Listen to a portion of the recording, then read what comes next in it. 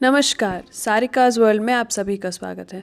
आज के व्लॉग की शुरुआत हम नवरात्रों के 8वें दिन यानी अष्टमी से कर रहे हैं और अष्टमी के दिन माँ दुर्गा के 8वें अवतार महागौरी की पूजा अर्चना की जाती है।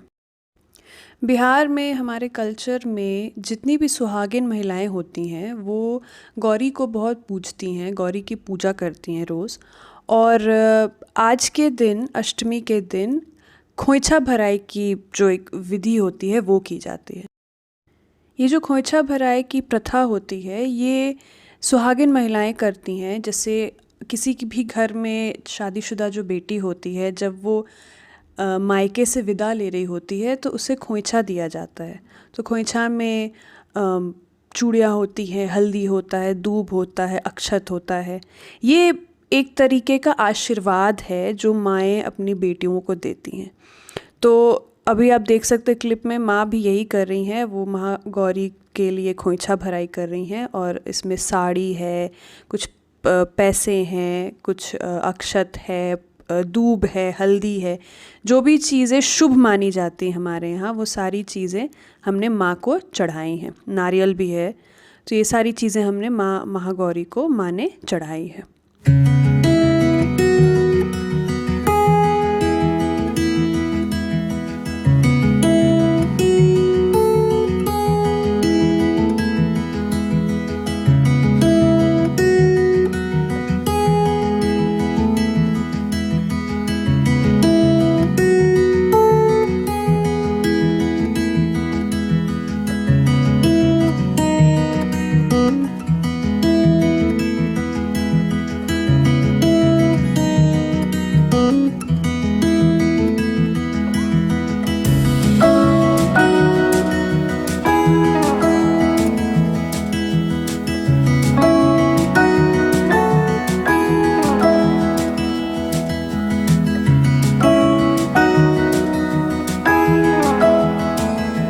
महागौरी को चढ़ाने के बाद, खोइछा चढ़ाने के बाद माँ ने फिर अपने लिए जो चूड़ियाँ खरीदी थी जो कि माँ को उन्होंने चढ़ा दी थी वो अपने पास रख ली हैं। वो एक तरीके से माँ का आशीर्वाद हो गया।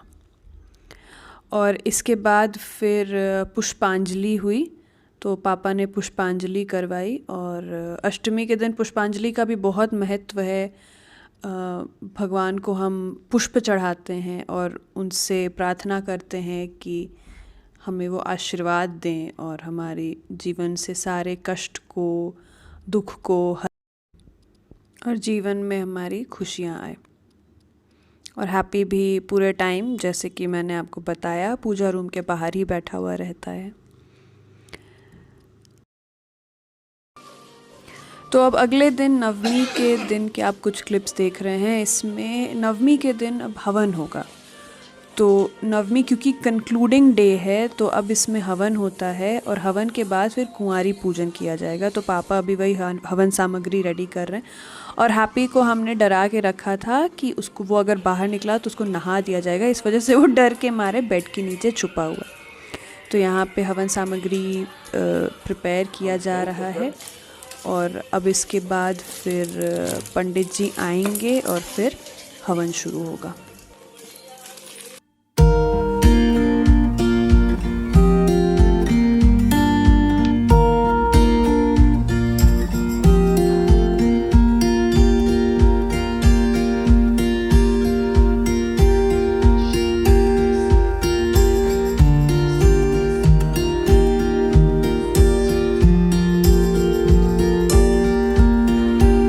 आ गए हमारे पंडित जी और अब वो जो फाइनल कुछ प्रिपरेशन है वो कर रहे हैं।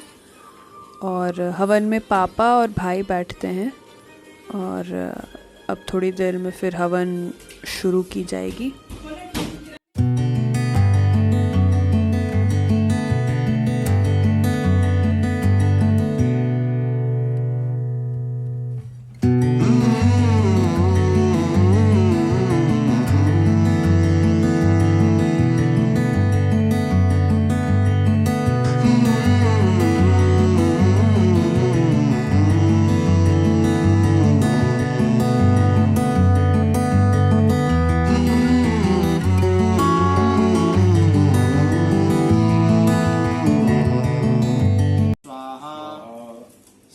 रंध्राभ्यां नमः स्वाहा। मातृपितृजट कमलेभ्यो नमः स्वाहा। इष्ट देवताभ्यो नमः स्वाहा। कुल देवताभ्यो नमः स्वाहा। राम देवताभ्यो नमः स्वाहा। थोड़ा जल गिराइए नीचे। यथादानम प्रहाराणाम।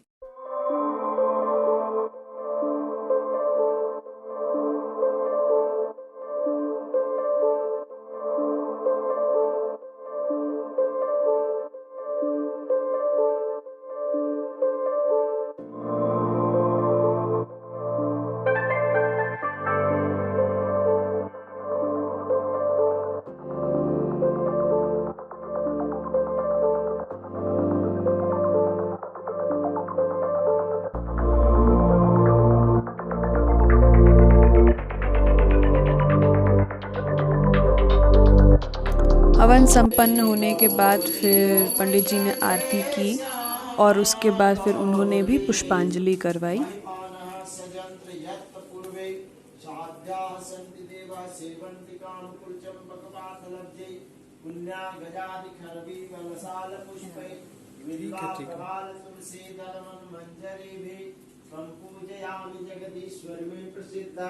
नाना सुगंध पुष्पाणिं यथा कालुन भवानी च पुष्पांजलिमया दत्त्वा गृहाणं परमेश्वरे सर्वमंगल मांगल्ये शिवे सर्वार्थ साधिके शरण्ये त्र्यंबके गौरी नारायणी नमस्तुते। तस्त्व मंत्र पुष्पांजलि मां भगवती महागौरी दुर्गा देव्यायै नमः।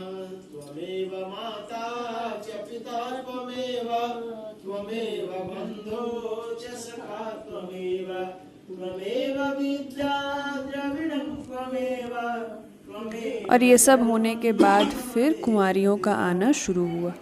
तो ये देखिए, ये सबसे छोटी कुंवारी है जो कि हैप्पी को देख के बहुत ज़्यादा डर गई थी, मेरी गोद में चढ़ गई थी।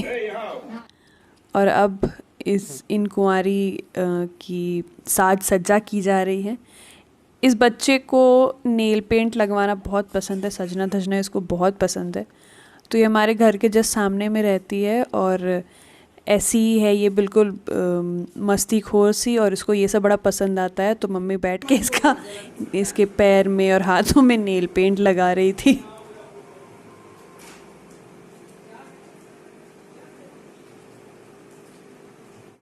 इसका सामान तो लाएंगे ही। अनीता देखो, हाँ हाँ चूड़ी लाएंगे बेटा, जाएंगे, अभी पानी बंद होगा ना तो जाएंगे निकल लाने के। लिपस्टिक लगाए तो उधर देखो, बुआ को देखो, बुआ को।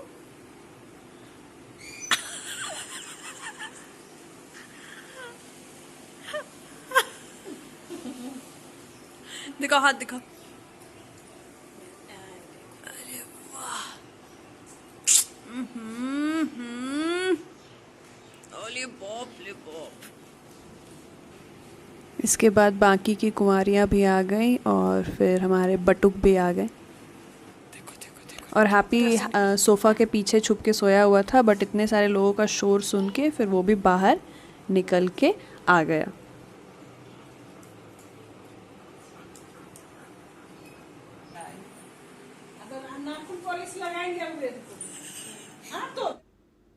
तो कुंवारी पूजन या कंजक में जनरली वो काले चने की सब्ज़ी बनाते हैं, पूरी बनाते हैं और खीर या हलवा रहता है, सूजी का हलवा। लेकिन हमारे यहाँ सिर्फ मीठा खिलाया जाता है, तो हम खीर खिलाते हैं, पेड़ा खिलाते हैं और फल खिलाते हैं। और ये हैप्पी भाई साहब बेड के नीचे छुप के बैठे हुए हैं क्योंकि उनको नहा देने का धमकी दिया गया था। और जब कुंवारियों ने खा लिया तो फिर उनको खोइंचा दिया गया और फिर उनसे आशीर्वाद ली गई। तो कायदे से 9 कुंवारियों को खिलाया जाता है, पर आप यहाँ पे देख रहे होंगे कि सिर्फ 3 कुंवारियाँ ही हैं। वो इसलिए क्योंकि अब कॉलोनी में बहुत छोटी बच्चियाँ हैं नहीं, और जो हैं भी तो वो छुट्टियों में अपने घर गई हुई थी, दूसरे जगह गई हुई थी। तो इस वजह से 3 कुंवारियों को ही माँ ने रिपीट कर करके 9 जगह खिला दिया।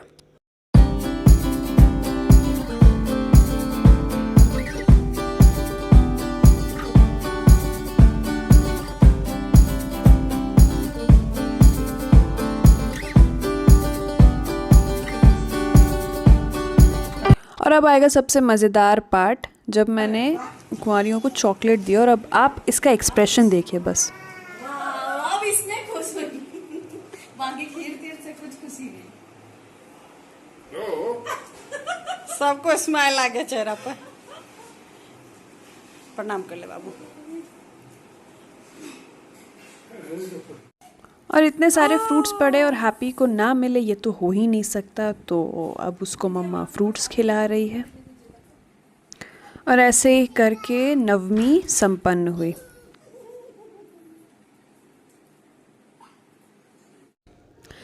दशमी के दिन, जो कि लास्ट डे होता है दुर्गा पूजा का, जिस दिन दशहरा था, उस दिन फाइनली पूजा संपन्न होती है और कलश को हिलाया जाता है और जो जयंती होती है उसको काटा जाता है और उसको फिर सभी लोगों को दिया जाता है, क्योंकि वो आशीर्वाद होता है माँ का।